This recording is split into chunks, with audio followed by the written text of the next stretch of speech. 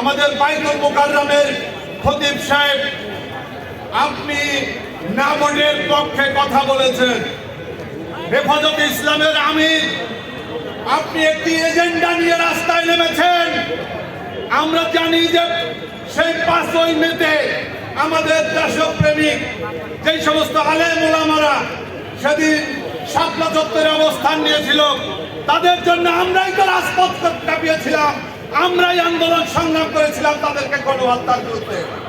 কিন্তু আজকে হেফাজতে ইসলামের আমিরের বক্তব্য, তারা আজকে ঘোষণা দিয়েছে তারা একটা নির্দিষ্ট দলের এজেন্ডা বাস্তবায়ন করতে চায়। আজকে আপনি যাদেরকে কাফের বলছেন, যারা মুসলমান না, যারা ইসলামিক দল না, এগুলা কোরআন এবং হাদিসের কোথায় উল্লেখ আছে আপনাদেরকে বলতে হবে। আপনারা কি বাংলাদেশের ফতোয়াবাদীর এজেন্ট নিয়েছেন নাকি? আপনারা নষ্ট হয়েছে। আগামী 6 দিন আপনারা এই দিন এবং রাত সমানভাবে নির্ঘুম কাটাবেন। আমাদের জুলাই আন্দোলনের যে আমাদের অর্জন, এই অর্জনকে ডাকাতি করার চেষ্টা করা হতে পারে।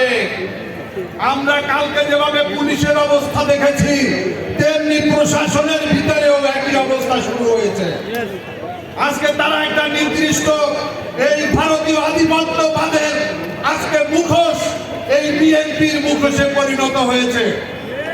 আমরা কাউকে যারা এই ফ্যাসিবাদের পক্ষে অবস্থান নেবে তাদের বিরুদ্ধে আমাদের কণ্ঠ চলবে, আমাদের লড়াই চলবে।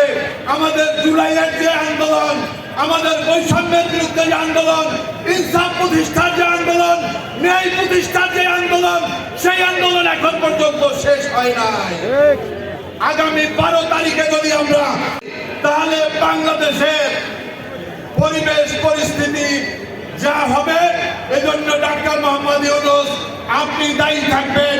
আপনার প্রশাসন, আপনার পুলিশ, আমরা দেখেছি পুলিশের শুধুমাত্র পোশাক পরিবর্তন হয়েছে, তাদের চরিত্র এখন পর্যন্ত পরিবর্তন হয় নাই। আজকে এই স্বরাষ্ট্রমন্ত্রী, তার বিরুদ্ধে আমরা আন্দোলন সংগ্রাম করলাম, আপনি তাকে সরালেন না। রাষ্ট্রপতির বিরুদ্ধে আন্দোলন করেছি, রাষ্ট্রপতির চেহারার মধ্যে সেই ফ্যাসিবাদের চরিত্র